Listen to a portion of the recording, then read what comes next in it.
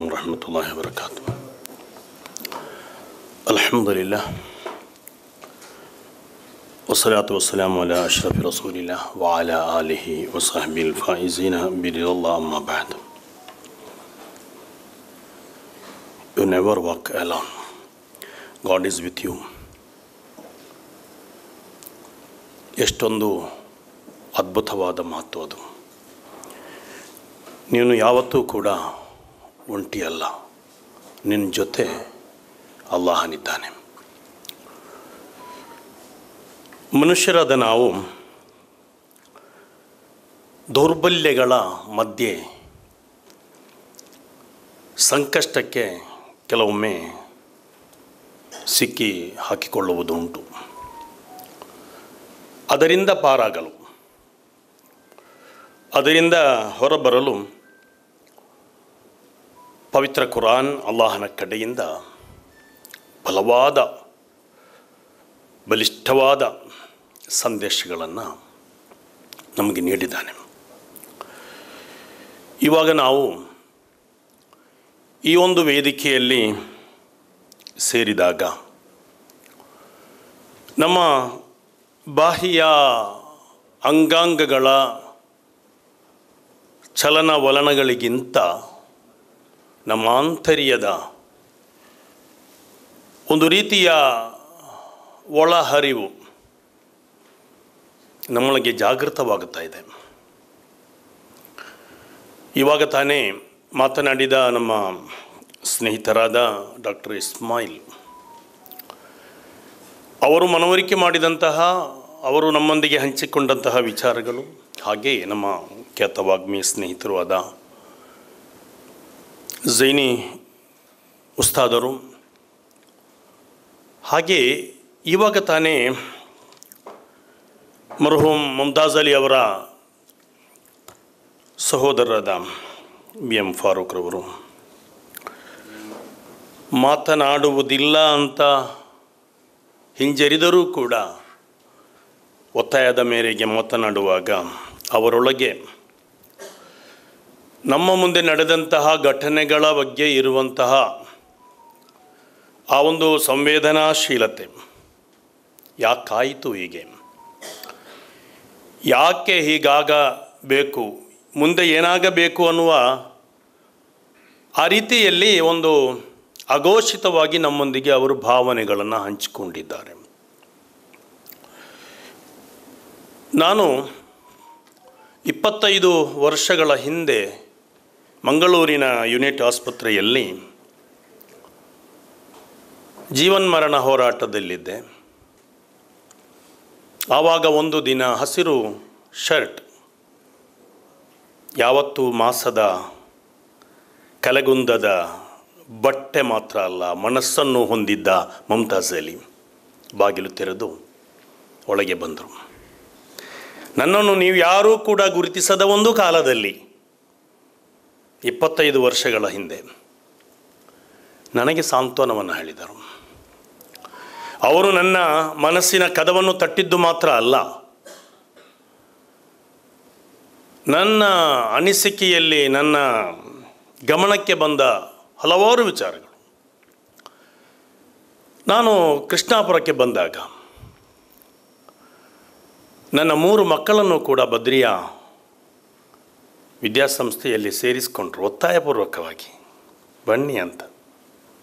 3 ವರ್ಷಗಳ ಕಾಲ ಮಾಸಿಕ ಅಥವಾ ಫೀಸ್ ಕೊಡುವಂತಹ ಒಂದು ತಾಪತ್ರ ನನಗೆ ಬರಲಿಲ್ಲ. ಅಂದರೆ ಇದು ನನ್ನ ಮಾತ್ರ ಸಂಕಷ್ಟಕ್ಕೆ ನೆರವಾದದ್ದು ಅಲ್ಲ.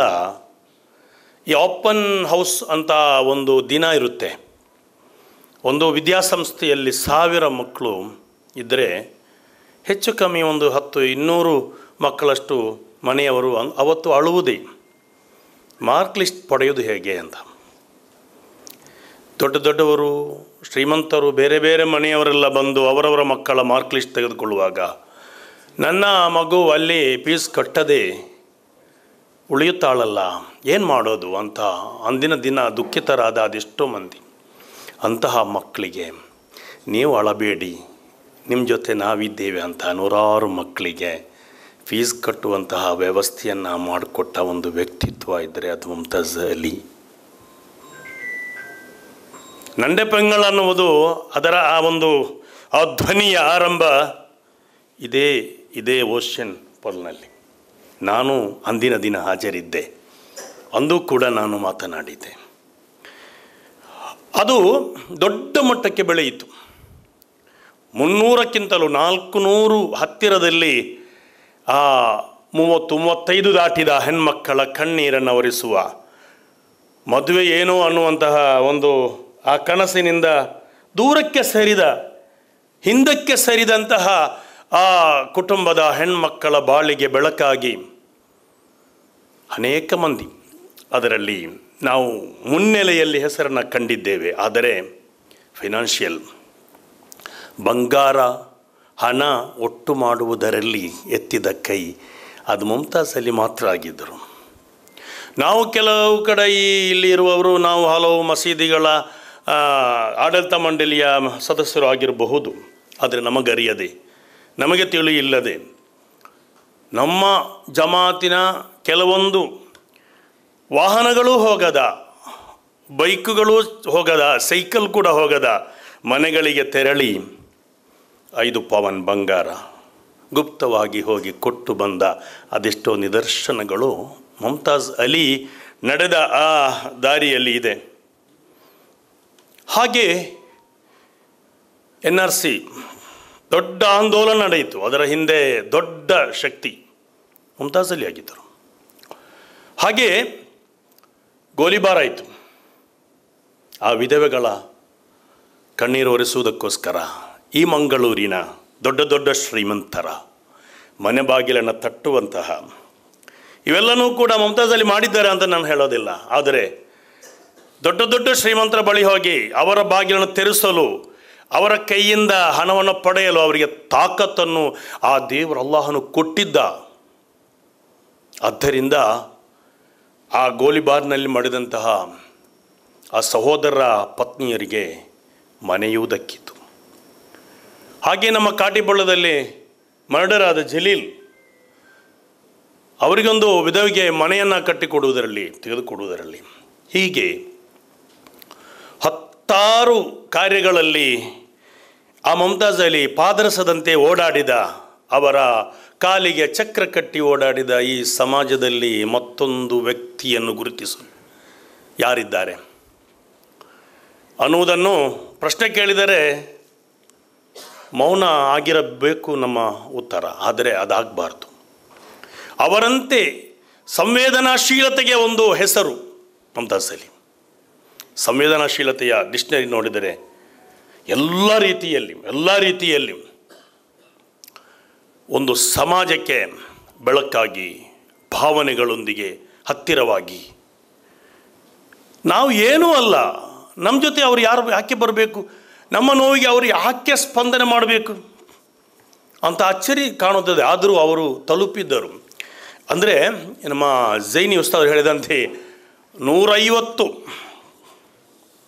ವರ್ಷಗಳ ಆ ಒಂದು ಪ್ರಯತ್ನ, 150 ಅಲ್ಲ 1000 ವರ್ಷಗಳೇ ಇರಲಿ, ಅವರ ಅಪಾರವಾದಂತಹ ಸಂವೇದನಾಶೀಲತೆ, ಚಿಕ್ಕವರೊಂದಿಗೆ, ದೊಡ್ಡವರೊಂದಿಗೆ, ಶ್ರೀಮಂತರೊಂದಿಗೆ, ಬಡವರೊಂದಿಗೆ ಅವರ ಒಡನಾಟ, ಅವರನ್ನು ಎಷ್ಟೆಲ್ಲ ಜನ ಬೈದಿರಬಹುದು, ಆದರೆ ತಿರುಗಿ ಅವರು ಬೈದಿರಲಿಕ್ಕಿಲ್ಲ.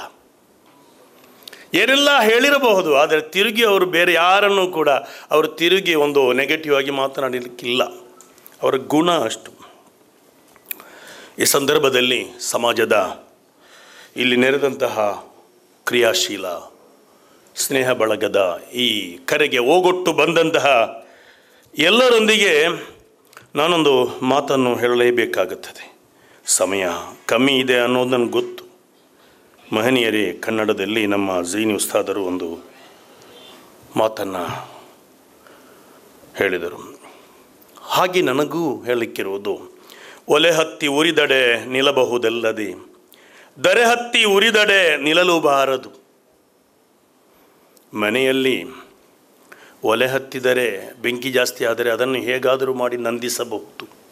ಆದರೆ ದರಹತ್ತಿ ಉರಿದಡೆ ನಿಲ್ಲಲುಬಾರದು. ಇಡೀ ಭೂಮಿಯೇ ಬೆಂಕಿಯಾಗಿ ಮಾರ್ಪಟ್ಟರೆ, ವಿಷವರ್ತುಲದಲ್ಲಿ ಜನ ತುಂಬಿ ಬಿದ್ದು ಬಿಟ್ಟರೆ ಏನಾಗುವುದು? ಹೇಗೆ ಆ ಬೆಂಕಿಯನ್ನು ನಂದಿಸಲು ಸಾಧ್ಯ? ಏರಿ ನೀರುಂಬಡೆ, ಬೇಲಿ ಕೈಯ ಮೇವಡೆ, ನಾರಿ ತನ್ನ ಮನೆಯಲ್ಲಿ ಕಳುವಡೆ, ತಾಯ ಮೊಲೆವಾಲು ನಂಜಾಗಿ ಕೊಲ್ಲುವಡೆ, ಇನ್ಯಾರಿಗೆ ದೂರುವೆ, ಇನ್ಯಾರಿಗೆ ದೂರುವೆ? ನೀರನ್ನು ತಡೆ ಹಿಡಿಯುವ ಅಣೆಕಟ್ಟು, ಅದೇ ನೀರನ್ನು ಕುಡಿದರೆ, ಬೇಲಿ ಕೈಯ ಮೇವಡೆ, ಕೈಯನ್ನು ಕೃಷಿಯನ್ನು ಬೇಲಿಯೇ ತಿಂದು ಮುಗಿಸಿದರೆ, ನಾರಿ ತನ್ನ ಮನೆಯಲ್ಲಿ ಕಳುವಡೆ, ಹೆಂಡತಿ ತನ್ನ ಮನೆಯಲ್ಲಿ ಮನೆಯ ಸೊತ್ತನ್ನೇ ಕದ್ದು ವಂಚನೆ ಮಾಡಿದರೆ, ತಾಯ ಮೊಲೆವಾಲು ವಿಷವಾಗಿ ನಂಜಾಗಿ ಕೊಲ್ಲುವಡೆ, ತಾಯಿಯ ಎದೆ ಹಾಲೆ ನಂಜಾಗುವ ಕಾಲ. ಯಾರನ್ನು ನಂಬಬೇಕು? ಯಾರೊಟ್ಟಿಗೆ ಸೇರಬೇಕು? ಆದ್ದರಿಂದ ಈ ಸಂದರ್ಭದಲ್ಲಿ ಇಲ್ಲಿಯ ಎಲ್ಲರೊಂದಿಗೂ ಹೇಳಲಿಕ್ಕಿರುವುದು, ನೀವು ಸ್ನೇಹಿತರನ್ನು ಕಂಡುಕೊಳ್ಳಬೇಕು. ಮುಂದಿನ ದಿನಗಳಲ್ಲಿ ನಮ್ಮ ಭವಿಷ್ಯ ಉತ್ತಮವಾಗಬೇಕಾದ್ರೆ ಪವಿತ್ರ ಕುರ್ಆನ್, ವಸ್ಬಿರ್ ನಫ್ಸಕ ಮಅಲ್ಲದೀನ ಯದ್ಊನ ರಬ್ಬಹುಂ ಬಿಲ್ ಗದಾತಿ ವಲ್ ಅಶಿ, ಆ ತಕ್ವಾ ಈಮಾನ್ ಇರುವವರನ್ನಲ್ಲದೆ ಬೇರೆ ಯಾರನ್ನೂ ಕೂಡ ಸ್ನೇಹಿತರನ್ನಾಗಿ ಮಾಡಬೇಡಿ. ವಲಾ ತಅದು ಐನಾಕ ಅನ್ಹುಂ ತುರಿದು ಝೀನತಲ್ ಹಯಾತಿ ದುನ್ಯಾ ವಲಾ ತುತಿ ಮನ್ ಅಗ್ಫಲ್ನಾ ಕಲ್ಬಹ ಅನ್ ದಿಕ್ರಿನಾ ವತ್ತಬ ಹವಾ ವಕಾನ ಅಮ್ರು ಫುರ್ತಾ. ದುರ್ಬಲರಾದ, ತಕ್ವಾ ಇಲ್ಲದ, ಈಮಾನ್ ಇಲ್ಲದ, ಹೇಗಾದರೂ ಮಾಡಿ ಬದುಕಬಹುದು, ವಿಷವರ್ತುಲದಲ್ಲಿ ಜನರನ್ನು ದೂಡಿ ಬಲಿ ಪಡೆಯುವಂತಹ ಪ್ರಯತ್ನ, ಒಂದು ಮೊಲವನ್ನು ಅಥವಾ ಒಂದು ಪ್ರಾಣಿಯನ್ನು ಬಲಿ ಪಡೆಯುವುದಕ್ಕೋಸ್ಕರ ಏನೆಲ್ಲ ಕುತಂತ್ರದಿಂದ ಗುಂಡಿಯನ್ನು ತೋಡಿಡುವ ಹಾಗೆ ತೋಡಿಯಿಟ್ಟು ಅದರಲ್ಲಿ ಬೀಳಿಸುವಂತೆ ಮಾಡಿ ಬಲಿ ತೆಗೆದುಕೊಳ್ಳುವುದಾಗಿದೆ. ಇದು ಬಲಿಯಾದದ್ದಲ್ಲ, ಸ್ವಯಂಕೃತ ಅಲ್ಲ, ಇದು ಬಲಿ ತೆಗೆದುಕೊಂಡದ್ದು ಯಾರು ಅನ್ನುವುದು ಸತ್ಯ ನಮಗೆಲ್ಲರಿಗೂ ಗೊತ್ತು. ಆದ್ದರಿಂದ ಇದೆಲ್ಲವೂ ಹೇಗೆ? ಎರಡು ವಿಚಾರಗಳು. ಹೇಗಾದರೂ ಮಾಡಿ ಬದುಕಬಹುದು, ಯಾವ ರೀತಿಯಲ್ಲಿ ಆದರೂ ಸಂಪಾದನೆ ಮಾಡಬಹುದು, ಯಾರನ್ನು ಬೇಕಾದರೂ ಬಲಿ ತೆಗಿಬಹುದು. ಈ ರೀತಿಯ ಆಲೋಚನೆಗಳು ಆರ್ಥಿಕ ಮೊರಾಲಿಟಿ, ಏನು ಎಕಾನಾಮಿಕ್ ಮೊರಾಲಿಟಿ ಇಲ್ಲ, ಆ ರೀತಿಯಲ್ಲಿ ಈ ದುರಂತಗಳು ಬರುತ್ತವೆ. ಅದೇ ರೀತಿ ನಾವು ಸಾಂಗತ್ಯ, ಯಾರೊಂದಿಗೆ ನಾವು ನಮ್ಮ ಸ್ನೇಹ ತೋರಬೇಕು, ಸ್ನೇಹ ಬಳಗದೊಂದಿಗೂ ಪ್ರತ್ಯೇಕವಾಗಿ ಹೇಳೋದು. ಮುಂದಿನ ದಿನಗಳಲ್ಲಿ ಇಂತಹ ದುರಂತ ಯಾರಿಗೂ ಬೇಡ, ಯಾರಿಗೂ ಕೂಡ ಬೇಡ. ಆದರೆ ಇಲ್ಲಿರುವ ವಿಚಾರವೇನೆಂದರೆ, ಉಮರ್ ಬಿನ್ ಖತ್ತಾಬ್ ರಲಿಯಲ್ಲಾಹು ತಆಲಾ ಹೇಳಿದ್ದಾರೆ, ಈಮಾನ್ ಸಿಕ್ಕ ಮೇಲೆ ಪಡೆಯಬಹುದಾದ ಅತ್ಯಂತ ಉತ್ತಮವಾದ ಯೋಗ್ಯವಾಗಿರುವಂತಹ ಒಂದು ಸಂಗತಿ ಉತ್ತಮವಾದ ಖಲೀಲನ್ ಸಾಲಿಹ, ಒಳ್ಳೆಯ ಸ್ನೇಹಿತನನ್ನು ಪಡೆದುಕೊಳ್ಬೇಕು. ಅದು ಮಾತ್ರ ಅಲ್ಲ, ಲುಕ್ಮಾನ್ ಹಕೀಮ್ ರಲಿಯಲ್ಲಾಹು ತಆಲಾ ಅನ್ನೋ ಅದೇ ಮಾತನ್ನು ಹೇಳಿದ್ದಾರೆ. ಒಳ್ಳೆಯ ಖಲೀಲ್, ಈಮಾನ್ ಬಳಿಕ ನಾವು ಪಡೆಯಬಹುದಾದ ಅತ್ಯಂತ ಉತ್ತಮ ಸಂಗತಿ ಅಲ್ಲಾಹು ಸಾಲಿಹ್ ಖೈರುಂ ಮಿನ್ ನಫ್ಸಿಕ, ಪ್ರವಾದಿ ಸಲ್ಲಲ್ಲಾಹು ಅಲೈಹಿ ವಸಲ್ಲಂ, ನಿನ್ನ ಸ್ವಂತ ಶರೀರಕ್ಕಿಂತ ಸಾಲಿಹೆ ಆದ ಉತ್ತಮನಾದ ಒಬ್ಬ ಸ್ನೇಹಿತ ನಿಮಗೆ ಬೇಕು. ಲಿಯನ್ನ ನಫ್ಸ ಅಮಾರತುಂ ಬಿಸ್ಸೂ, ಕೆಲವೊಮ್ಮೆ ನಮ್ಮ ಮನಸ್ಸು ನಮ್ಮೊಂದಿಗೆ ಸಂದರ್ಭ ಸಿಕ್ಕಾಗ ಏನಾದರೂ ಮಾಡಿಕೋ ಅನ್ನುವ ಪ್ರೇರಣೆ ಕೊಟ್ಟರೂ ಕೂಡ ಒಳ್ಳೆಯ ಸ್ನೇಹಿತ ಯಾವತ್ತೂ ಕೂಡ ಕೆಟ್ಟದನ್ನು ನಮಗೆ ಬೋಧಿಸಲಾರ. ಆದ್ದರಿಂದ ಉತ್ತಮನಾದ ಸ್ನೇಹಿತ ಅವನನ್ನು ಪಡೆಯಬೇಕು. ಇವತ್ತಿನ ಎಲ್ಲ ದುರಂತಗಳಿಗೆ ಕಾರಣ ಏನು? ಕೆಟ್ಟ ಸ್ನೇಹಿತರನ್ನು ಪಡೆದ ಕಾರಣವಾಗಿದೆ ಅನ್ನೋದರಲ್ಲಿ ಯಾವುದೇ ಸಂದೇಹವಿಲ್ಲ. ಆದ್ದರಿಂದ ನನಗೆ ಹೇಳಲಿಕ್ಕಿರೋದು, ನಾನು ಒಮ್ಮೆಯೂ ತಪ್ಪು ಮಾಡಲಿಕ್ಕಿಲ್ಲ, ನಾವು ಏನು ಬೇಡದ ಚಟ ನನಗಿಲ್ಲ. ನನ್ನ ಸ್ನೇಹಿತ ಕೆಟ್ಟು ಹೋದರೆ ಯಾವುದಾದರೊಂದು ಕ್ಷಣದ ಯಾವುದೊಂದು ಸಮಯದಲ್ಲಿ ನಾನು ನನ್ನ ಭಾವನೆಯಲ್ಲಿ ಕೆಟ್ಟದು, ಅದು ಮೋಸ, ಅದು ನನಗೆ ಬೇಡ ಅನ್ನುವ ರೀತಿಯಲ್ಲಿ ನಾನು ಅಲರ್ಜಿ ಹೊಂದಿದ್ದೇನೋ, ಆ ಅಲರ್ಜಿಯಿಂದ ಹೊರಬರ್ತೇನೆ ಮೆಲ್ಲ ಮೆಲ್ಲ. ಈ ಕೆಟ್ಟ ಸ್ನೇಹಿತನಿಂದ ನನ್ನೊಳಗೆ ಒಂದು ಮಾಡಬಹುದು, ಮಾಡಿದರೆ ಏನಾಗಬಹುದು, ಆ ರೀತಿಯ ದುರಾಲೋಚನೆಗಳು ಒಡಮೂಡುತ್ತವೆ. ನಾನು ಯಾವುದರ ಬಗ್ಗೆ ಗಂಭೀರವಾಗಿ ನಾನು ಇದ್ದೇನೋ ಅದು ಈಸಿಯಾಗಿ ಬಿಡುತ್ತದೆ, ಮತ್ತು ತಪ್ಪುಗಳು ಆರಂಭವಾಗುತ್ತದೆ. ಆದ್ದರಿಂದ ಯಾವತ್ತಾದರೂ ಅದು ಪ್ರತ್ಯೇಕವಾಗಿ ಶ್ರೀಮಂತರನ್ನುವಾಗ ಬೇಕಾದಷ್ಟು ಇರುತ್ತದೆ, ಅವಕಾಶಗಳಿರ್ತದೆ, ಹೋಗುವಂಥ ಚಾನ್ಸ್ಗಳಿರ್ತವೆ, ಬೇರೆ ಬೇರೆ ಕಡೆ ಬೇರೆ ಬೇರೆಯಾಗಿ ಇರ್ತವೆ. ಇವಾಗ ಒಂದು ಸಲ ಏನಾದರೂ ತಪ್ಪು ಮಾಡಿದರೆ ಏನು ಅಂತ ಅನ್ನುವ ಭಾವನೆಗಳು, ಇದು ನಾನು ಮುಕ್ತವಾಗಿ ಈ ಸಂದರ್ಭದಲ್ಲಿ ಹೇಳ ಬಯಸ್ತೀನಿ. ಆದ್ದರಿಂದ ಯಾವತ್ತೂ ಕೂಡ ನಾವು ನಮ್ಮ ಪರ್ಸನಲ್ ಮೊರಾಲಿಟಿ ಅದನ್ನು ಉಳಿಸ್ಕೊಳ್ಬೇಕಾದ್ರೆ ಖಂಡಿತವಾಗಿಯೂ ನಾವು ನಮ್ಮ ಸ್ನೇಹಿತರ ಬಗ್ಗೆ ಎಚ್ಚರವಾಗಿರಬೇಕು. ಪ್ರವಾದಿ ಸಲ್ಲಲ್ಲಾಹು ಅಲೈಹಿ ವಸಲ್ಲಂ ಅವರಿಗೆ ಹೇಳಿದ್ದು ಅದೇ, ನೀವು ಉತ್ತಮ ಸ್ನೇಹಿತರನ್ನು ಪಡೆದುಕೊಳ್ಳಿ. ವಸ್ಬಿರ್ ನಫ್ಸಕ ಮಅಲ್ಲದೀನ ಯದುಊನ ರಬ್ಬಹುಂ ಬಿಲ್ ಗದಾತಿ ವಲ್ ಅಶಿ. ಹೃದಯ ಕೆಟ್ಟು ಹೋದ ಜನರ ಬಗ್ಗೆ ಅವರೊಂದಿಗೆ ಯಾವುದೇ ಒಡನಾಟ ನಿಮಗೆ ಬೇಡ. ಇದು ಪವಿತ್ರ ಕುರ್ಆನಲ್ಲಿ ಪ್ರವಾದಿಯವರ ಬಗ್ಗೆ ನಾವು ಯಾವತ್ತೂ ಅಲ್-ಕಹಫ್ ಸೂರತ್ ಓದ್ತೇವೆ, ಅದರಲ್ಲಿ ಇದೆ ಇದು. ಆದ್ದರಿಂದ ಕೆಟ್ಟ ಭಾವನೆಗಳಿರುವ, ಕೆಟ್ಟ ಯೋಚನೆಗಳಿರುವ ಅವರೊಂದಿಗೆ ನೀವು ಯಾವತ್ತೂ ಕೂಡ ನೀವು ಯಾವುದೇ ರೀತಿಯಲ್ಲಿ ಒಡನಾಟ ಇಟ್ಕೊಳ್ಬೇಡಿ ಅನ್ನೋದಾಗಿದೆ. ಆದ್ದರಿಂದ ನಮ್ಮ ಮರ್ಹೂಮ್ ಮುಮ್ತಾಜ್ ಅಲಿಯವರ ಬಗ್ಗೆ ಕೊನೆಯದಾಗಿ ಹೇಳುವುದಾದರೆ, ಪ್ರವಾದಿ ಸಲ್ಲಲ್ಲಾಹು ಅಲೈಹಿ ವಸಲ್ಲಂ ರವರು ಹೇಳಿದ ಮಾತು ನನಗೆ ನೆನಪಾಗ್ತಾ ಇದೆ. ಅದೇನೆಂದರೆ, ವತಂಶಿ ಬಿಶಿದ್ದತಿ ಶಾಕೈಕ ಇಲಲ್ ಇಹ್ಫಾನಿಲ್ ಮುಸ್ತಗೀರ್. ಕಷ್ಟ ಸಂಕಷ್ಟದಲ್ಲಿ ತೊಂದರೆಯಲ್ಲಿ ಇರುವವರ ಬಳಿ ಆ ಬಲಿಷ್ಠವಾದ ಹೆಜ್ಜೆಗಳೊಂದಿಗೆ ನಡೆಯುವುದಿದೆಯಲ್ಲ. ವತರ್ಫು ಬಿಶಿದ್ದತಿ ಜಿರಾಇಹಿ ಮಅಲ್ ಲঈಫ್ ಕುಲ್ಲು ದಾಲಿಕ ಮಿಂಕ ಅಲಾ ನಫ್ಸಿಕ. ಇವೆಲ್ಲವೂ ಕೂಡ ನಿನಗಾಗಿ ನಿಮಗಾಗಿ ಅಂತ ಅವರು ಓಡಾಡಿದ್ದು. ನಾನು ಹೇಳಿದ್ದು ಒಂಟಿಯಲ್ಲ, ಅವರು ನಡೆದ ಒಂದೊಂದು ಹೆಜ್ಜೆ, ಅವರು ಮಾಡಿದ ಒಂದೊಂದು ಕೆಲಸ, ಜೀವನದ ಅಂತ್ಯ ತನಕ ಅವರು ಮಾಡಿದ ಆ ಒಂದು ಕೆಲಸಗಳೆಲ್ಲವೂ ಕೂಡ ನಾವು ಪ್ರಶಂಸೆಗೆ ಒಳಪಡುವಂತಹ, ನಾವೆಂದು ಪ್ರಶಂಸಿಸುವಂತಹ ಸಂಗತಿಗಳೇ ಆಗಿವೆ. ಅವರ ಕಡೆಯ ಆ ನಿರ್ಧಾರ ಅದು ಅಲ್ಲಾಹನಿಗೆ ಬಿಟ್ಟದ್ದು. ನಮ್ಮೆಲ್ಲರ ಪ್ರಾರ್ಥನೆ ಏನೆಂದರೆ ಅಲ್ಲಾಹನೇ ಅವರಿಗೆ ಮಗ್ಫಿರತ್ ಕೊಡು ಅನ್ನೋದಾಗಿದೆ. ದೊಡ್ಡ ಹಿಜರಿ ಮಾಡಿದಂತಹ, ಪುಣ್ಯಕರ್ಮ ಮಾಡಿದಂತಹ ಮಹನೀಯ ಸ್ವಹಾಬಿವರಿಯರಿಗೂ ಅಲ್ಲಾಹನು ಪಶ್ಚಾತ್ತಾಪ ಸ್ವೀಕರಿಸಿ ಅವರಿಗೆ ಕ್ಷಮೆಯನ್ನು ಕೊಟ್ಟಂತಹ ಹದೀಸುಗಳು ಕೂಡ ನಮಗೆ ಕಾಣಸಿಗುತ್ತವೆ. ಆದ್ದರಿಂದ ಅವರ ಪಾರತ್ರಿಕ ಬದುಕು ಉತ್ತಮವಾಗಿರಲಿ ಅಂತ ಪ್ರಾರ್ಥನೆ ಮಾಡುತ್ತಾ, ನಾವೆಲ್ಲೋ ನಮ್ಮಲ್ಲಿ ಅಂತಹ ಮುಮ್ತಾಜ್ ಅಲಿಯನ್ನು ಗುರುತಿಸಲು ನಮಗೆ ಇನ್ನೂ ಸಾಧ್ಯವಾಗಲಿ ಅಂತ ಹೇಳುತ್ತಾ ನನ್ನ ಮಾತಿಗೆ ನಾನು ವಿರಾಮ ಬಯಸುತ್ತೇನೆ. ನನ್ನ ಪ್ರತಿಪಾಡಿಯವರು, ಎಲ್ಲ ಇಲ್ಲಿ ನೆರೆದವರು, ಮನ್ಸೂರ್ ಭಾಯ್, ಎಲ್ರಿಗೂ ಕೂಡ ಒಳ್ಳೆಯದಾಗಲಿ. ಇಂತಹ ಒಂದು ಅವಕಾಶಕ್ಕಾಗಿ ಎಲ್ಲ ರೀತಿಯ ಪ್ರಾರ್ಥನೆಯನ್ನು ನಿಮಗಾಗಿ ನೀಡುತ್ತಾ, ವಾಹೃ ದಾವಾನಾ ಅನಿಲ್ ಹಮ್ದುಲಿಲ್ಲಾಹಿ ರಬ್ಬಿಲ್ ಆಲಮೀನ್. ಅಸ್ಸಲಾಮು ಅಲೈಕುಂ.